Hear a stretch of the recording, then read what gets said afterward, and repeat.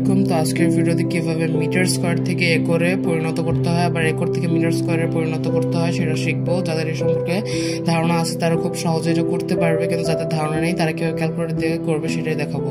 প্রথমে metre square থেকে যদি একরে রূপান্তর করি, আগে 10 লিখে নিব। 10 লিখে নেওয়ার পর তারপর হচ্ছে শিফট আর 8 টিপবো, তাহলে হচ্ছে এটা চলে আসবে। এরপর 2 তে ক্লিক করলে এরিয়া চলে আসবে। এরপর 2 তে ক্লিক করবো, তাহলে মিটার স্কয়ার টেকর হয়ে যাবে। তাহলে এখানে এটা বাইরে হয়ে গেছে। এখন যদি পারফেক্ট ডেসিমেল নিতে চান তাহলে এটাতে নাম্বার ফরম্যাটে গিয়ে 3 তারপর 2 এভাবে করলে এটা এরকম হয়ে চলে আসবে, যা খুবই সহজ। এরপর যদি হচ্ছে এই কোডটা দেখি, তাহলে এই কোডটা কিভাবে করে, আগে 1 লিখলাম, তারপর শিফট লিখে কনভার্ট দিয়ে এরিয়া, তারপর আবার 1, তাহলে একর মিটার স্কয়ার চলে আসলো। এই যে এটা খুব সহজ চলে আসছে। এইভাবে খুব সহজেই একর থেকে মিটার স্কয়ার আবার মিটার থেকে স্কয়ার করা যায়।